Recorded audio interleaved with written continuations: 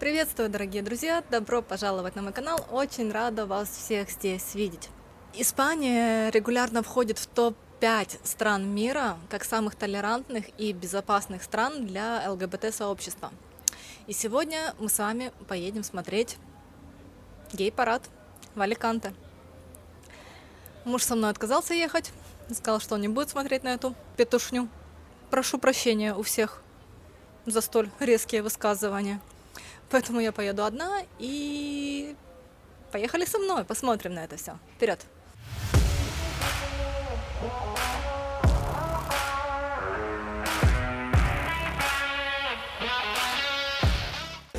Несмотря на сильные католические традиции, Испания стала третьей страной в мире после Нидерландов и Бельгии, которая полностью легализовала однополые браки.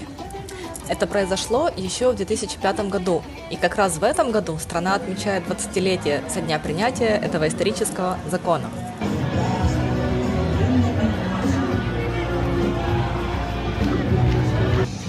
Просто посмотрите на тот самый день, когда город официально забивает на все условности. Тут у нас происходит огромная международная вечеринка. Помимо испанцев со всей округи, Мадрид, Валенсия, Мурсия, сюда целенаправленно слетаются ребята из Германии, Франции, Британии и даже из Скандинавии, чтобы проникнуться всем этим местным вайбом.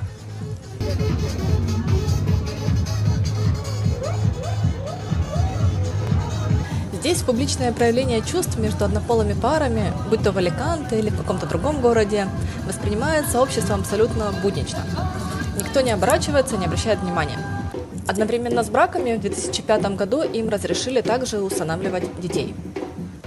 А в 2023 году Испания приняла один из самых прогрессивных и спорных законов в Европе, разрешающий менять юридический пол в документах по принципу самоопределения с 16 лет, без всяких медицинских комиссий или гормонотерапии.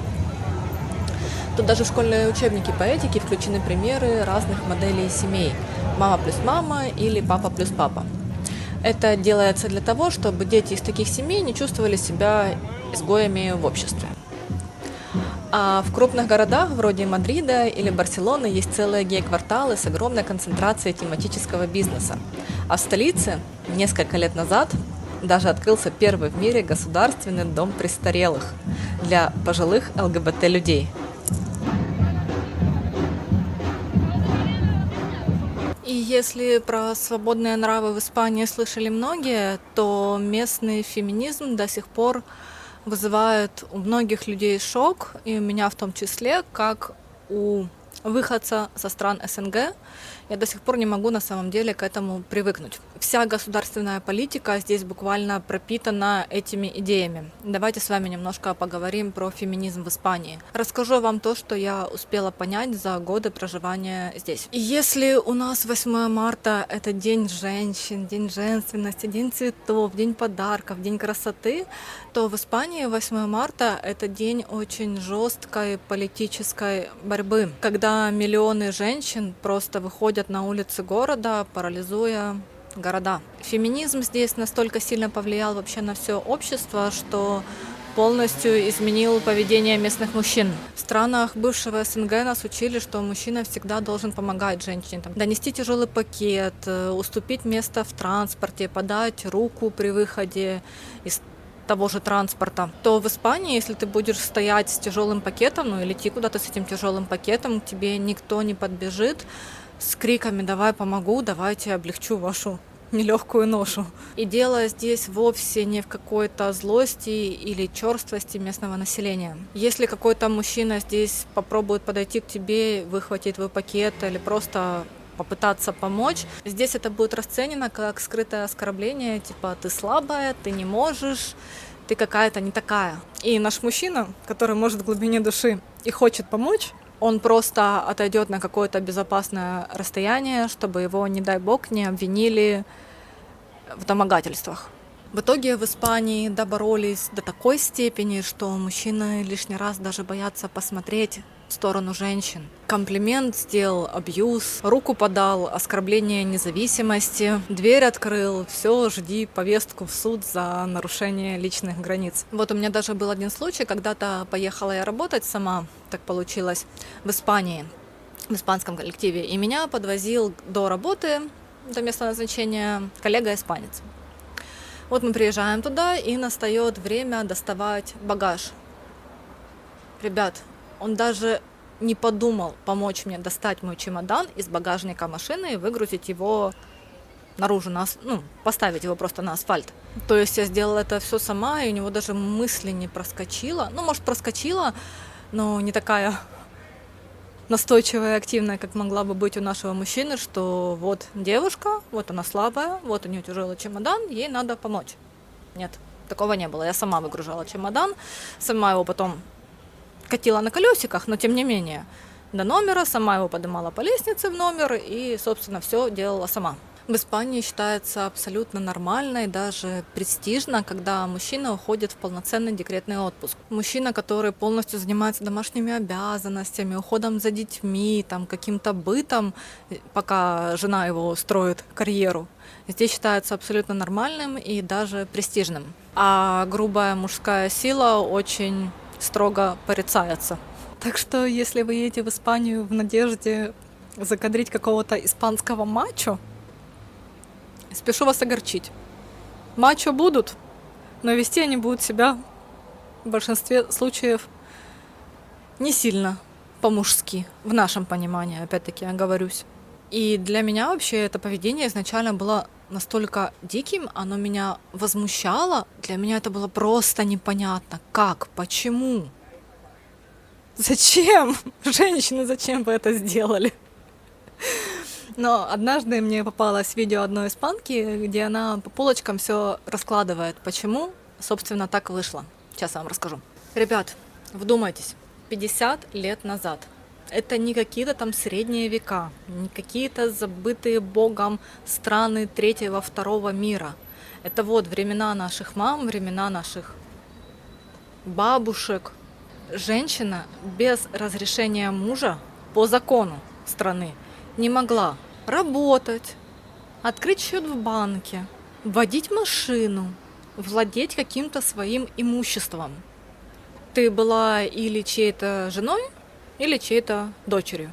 Какой-то особи мужского пола, назовем это так. И то, что сейчас тут женщина вечером одна может просто идти по улице, это привилегия, за которую старшее поколение испанцев боролось, рискуя жизнью.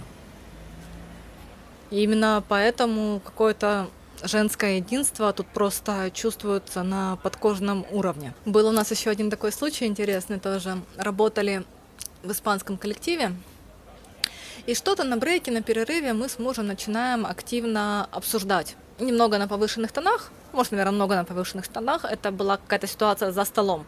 Он мне говорит что-то, я ему говорю что-то, и это все очень возмущенно звучит.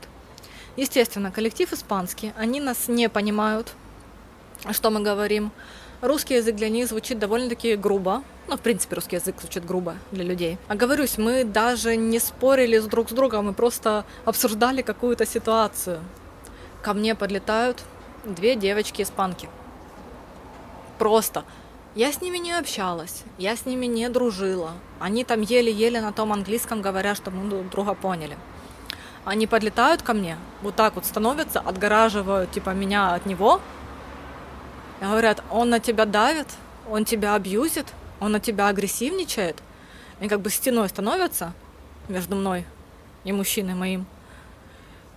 И если что говорим, мы за тебя вступимся. Я им объясняю, естественно, что все нормально, мы просто общаемся, мы обсуждаем ситуацию произошедшую. Девчонки, все окей. Меня это настолько потрясло тогда. То есть абсолютно незнакомый человек, но ты девушка, и девушки за тебя вступятся. Это настолько сильно, какая-то женская связь есть между ними всеми, честно, аж до слез пробивает. Я сейчас говорю, у меня немножко дрожит голос, потому что я такого не видела, ребят. Так что, вот такие они, испанцы. И та же философия свободы и автономии своего тела, она пронизывает буквально весь быт любую сферу, куда бы ты ни коснулся, даже на отдыхе. На любом пляже Испании вы можете увидеть женщин, девушек, даже 70-летних бабушек, которые загорают топлес, а рядом там в песочнице внуки строят свои песочные замки. И для них в этом нет ничего ненормального. Логика такая, что почему мужчинам можно ходить без футболки, а женщинам нельзя. Мы же все одинаковые. Не совсем, но суть вы поняли. Загорание без верха купальника тут не считается даже нудизмом, это считается просто одним из вариантов нормы. В общем, что я хочу сказать этим всем. Испания – страна, которая никогда не будет подстраиваться под какие-то ваши нормы. Тут два варианта. Либо вы подстраиваетесь под Испанию, либо вы просто игнорируете местные особенности.